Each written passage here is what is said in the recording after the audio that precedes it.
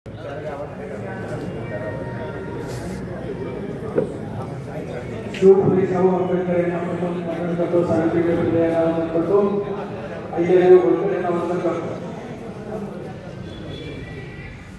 काही न बोलता फक्त मी काय करायचं याच्यावर फक्त बोलणार आहे आणि काय झालंय हे सुद्धा थोडक्यात सांगणार आहे. कारण सध्या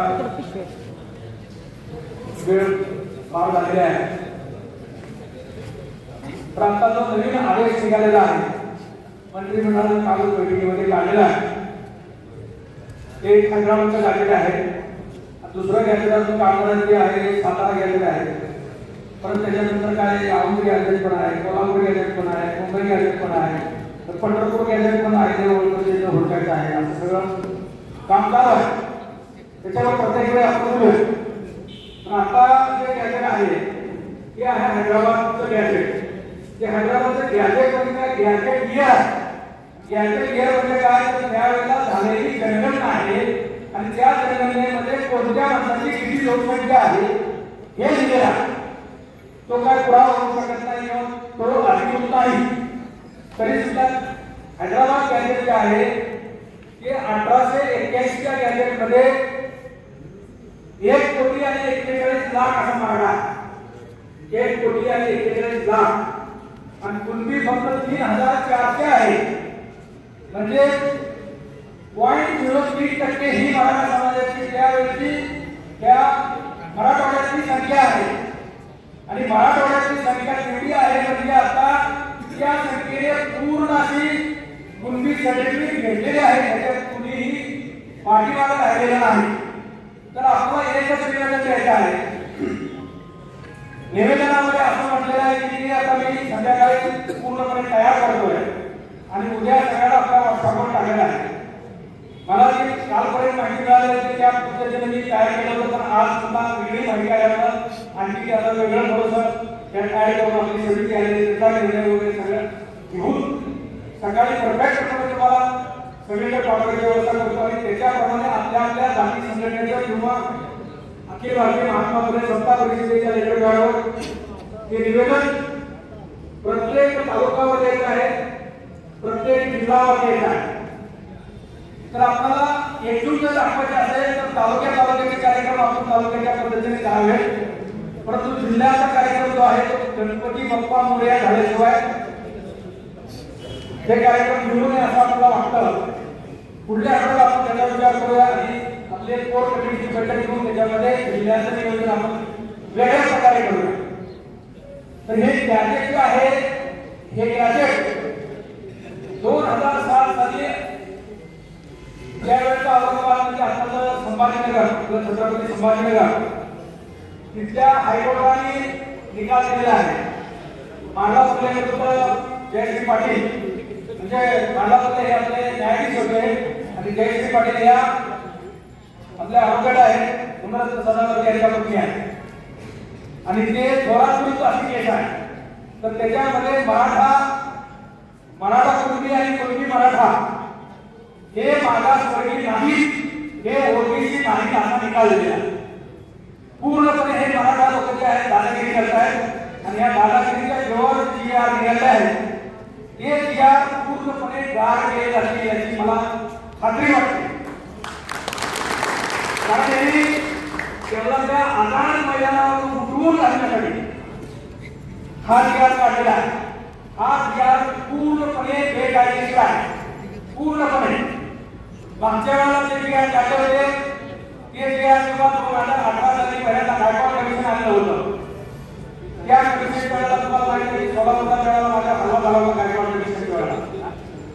तर ते कमिशन मी जे निवेदन दिलं 70 पानी निवेदन दिलेलं आहे त्याच्यावर ते गायकवाड कमिशन पूर्णपणे रद्द झालेलं आहे. पूर्णपणे त्याची एकही शिफारस पाणी झालेली नाही. 2018-19 मध्ये आरक्षण दिलं होतं मागच्या वेळेला 12% 13% आणि त्याच्यानंतर पुन्हा आता जस्टिस सुप्रे कमिटी निर्माण केली. सुप्रे कमिटीने त्या शिफारस केल्या 2024 ला परत जे आरक्षण दिलेलं आहे ते 10% दिलेलं आहे. तर त्याला सुद्धा आपण कोर्टामध्ये चॅलेंज केलेलं आहे. आपले वकील जे आहेत ते गुणरत्न सदावर्ते आहेत, 3 आपले याचिका आहेत या तीन याचिकेबद्दल एकही मराठा चुकणार नाही आणि त्याला कुठलंही आरक्षण मिळणार नाही याची व्यवस्था मी कोर्टामार्फत करून ठेवली आहे. त्याच्या निकालाला जर आठवड्याला शनिवारी याची सुनावणी होते, महिन्यातून 2-3 वेळा सुनावणी होते, शनिवारी सुद्धा सुनावणी होते आणि अर्जंट त्याचा निकाल लावा म्हणून सुप्रीम कोर्टाने आदेश दिले आहेत हायकोर्टाला. म्हणजे त्याचा सुद्धा निकाल महिन्यात 2 महिन्याच्या आत लागल्याशिवाय राहणार नाही. आणि जे सुप्रे आयोगाने जे शिफारसीचे आरक्षण त्याला 10% मिळालेलं आहे ते सुद्धा बेकायदेशीर आहे. कारण 5 मे 2021 ला महाराष्ट्र सरकार विरुद्ध ॲडव्होकेट डॉक्टर जयश्री पाटील यांनी पुन्हा केस केले आहे आणि त्याच्यामध्ये सुद्धा 650 पानांचा निकाल आहे. त्या 650 पानांमध्ये कुणबी मराठा कुणबी ही जात म्हणजे राजकीय कामात आहे. म्हणजे याचे सरपंच आहेत, उपसरपंच आहेत, मेंबर आहेत, जिल्हा परिषद अध्यक्ष आहेत, यांचे साखर कारखाने आहेत, दूध डेअरी आहेत, शाळा आहेत, सर्व सत्ता पत्ता मालमत्ता हे जमीनदार आहेत, जागीरदार आहेत, आमदार आहेत, खासदार आहेत, मंत्री आहेत, त्यांचे उपमुख्यमंत्री आहेत, 12-13 वेळा मुख्यमंत्री झालेले आहेत, देशाचे उपपंतप्रधान झालेले आहेत, देशाच्या राष्ट्रपती झालेले आहेत. या सर्व समाजाने सर्व पद उपभोगलेले आहेत, राष्ट्रात राज्यपाल झालेले आहेत. एवढी सर्व पद भोगून जे राजे म्हणून या ठिकाणी ओळखले जातात हे राजे सध्या भिकारी झाले आहेत. तर प्रजाने काय करायचं ते आपण ठरवलं पाहिजे, बरोबर का? राजे सध्या भिकारी झाले आहेत, आरक्षणाची फीस मागतायत आणि डोंबाऱ्याने आपला मागून झालेलं 3 दिवस 8 दिवस नासून झालेलं त्यांच्या ताटातलं खायला हा मराठा समाज निघाला. कारण यांनी आपल्यावर इतका अन्याय इतके वर्ष केलेला आहे तरी सुद्धा आपण त्याला थोडा भाव म्हणून आतापर्यंत जोडून दिलेला आहे. आतापर्यंत या सोलापूर जिल्ह्याने मागच्या वेळेला आमदारकीमध्ये क्रांती केलेली आहे.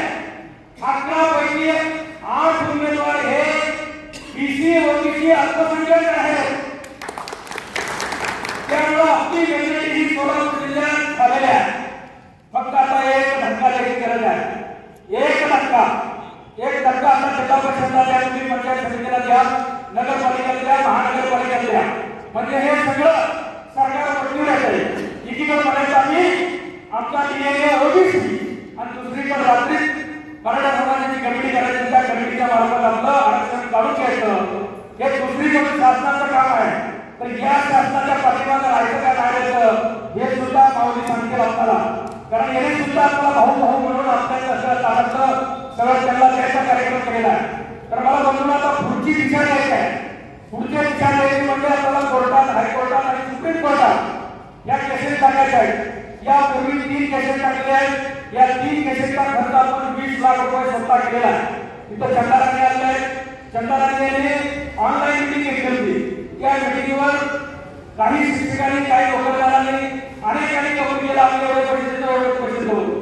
त्यानंतर आमचा फोन सुद्धा ब्लॉक केलेला आहे. 1 पैसा पण दिला, 1 पैसा. ही आपली नीती आहे. तरी सुद्धा बाजारावर माझ्या हिंमत आहे मी बंगार गोळा करून 20 लाख रुपये खर्च केले आहे. तिथं त्या पंढरपूरमध्ये या स्टेशनवर तुम्ही फुटपाथवर झुंपून बंगार गोळा करून साईडवरनं तिथं खर्डी असेल किंवा तुमचं हे नाशिगाव असेल किंवा काय तावसे असेल या सर्व गावातून बंगार साईडवर गोळा केलेला माणूस आहे. इकडे तिथं पटेल तिथं पोलिसची वगैरे आहे. तिथं बंगारचं वगैरे असेल त्या बंगारामध्ये बंगाला राहतो 1984 साली. तर काही गरिबी काही जन्माला येत नसते किंवा श्रीमंती काही जन्माला येत नाही. आज मी जन्म से बडा नाही होता, कर्म से बडा होता है. आपलं कर्म काय? आपलं कर्म करा. सावता महाराजांनी म्हटलेलं आहे, कर्णाला माझी अवघी काय अवघा झाला माझा आहे. सर्वांनी आपलं कर्तव्य करा आणि या ठिकाणी आपलं योगदान द्या. नुसतं पोलाची भात आणि पोलाची कडी असं करू नका. एवढं मी तुम्हाला मुद्दाम सांगतोय. कारण इथनं पुढे येणारे दिवस अतिशय बेकार आहे. त्यासाठी आम्ही जिल्ह्याची नियोजन करेल. त्यावेळेला प्रत्येकाने आपापल्या गावातील 12 बलुतेदारांच्या मीटिंग घेतल्या पाहिजे होता. आतापासून उद्या सकाळपासून सगळ्या 12 बलुतेदार तुम्ही एकत्र करा. आज या महाराष्ट्रामध्ये आपले ओबीसीचे निवडून आलेले 11 आमदार आहेत आणि 12 आमदार हे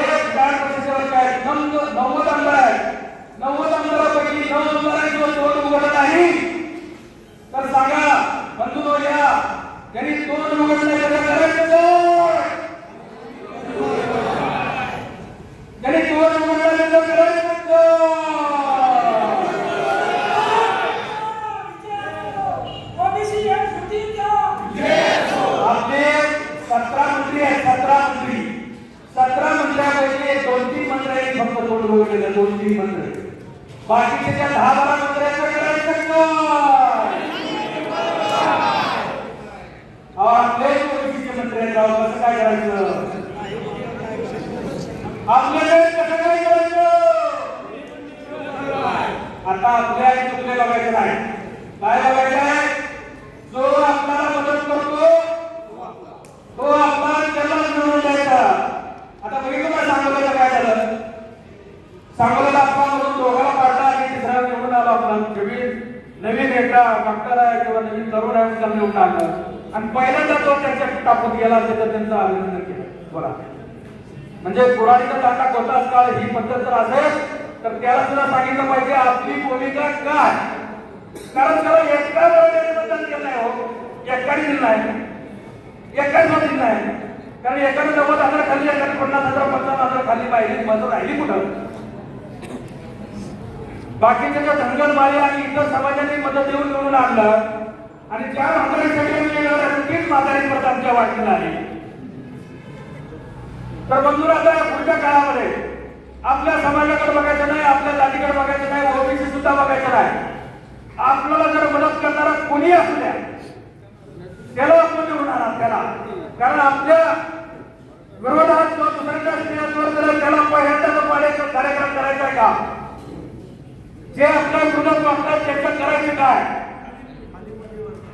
अहो खाली कुंडीवर पाय कसं करायचं? हे काय कोंबडी आहे पारंपरिक आपण केली पाहिजे एवढंच मी सांगतो. आणि आता माझं सगळं प्रश्न घेतोय. एकच कार्यक्रम सांगितलाय भुजबळ साहेबांनी, उद्यापासून प्रत्येकाने आपापल्या गावामध्ये मिटिंग घ्यायची आणि प्रत्येक तालुक्यामध्ये 12 बरोबरची सगळी माणसं एकत्र करून प्रत्येक तालुक्याच्या कचेरीवर आपण मोर्चा न्यायचा आणि त्याचं निवेदन द्यायचं. निवेदनाचा मसुदा उद्या देतो आणि त्याच्यानंतर 8 दिवसांनी आपण जिल्ह्याची निवडणूक आपल्या मिरवणूक काढून त्या ठिकाणी लाखोचा मोर्चा घेऊन जावं एवढं सांगतो आणि थांबतो. जय ज्योती, जय क्रांती, जय भीम, जय भारत. धन्यवाद.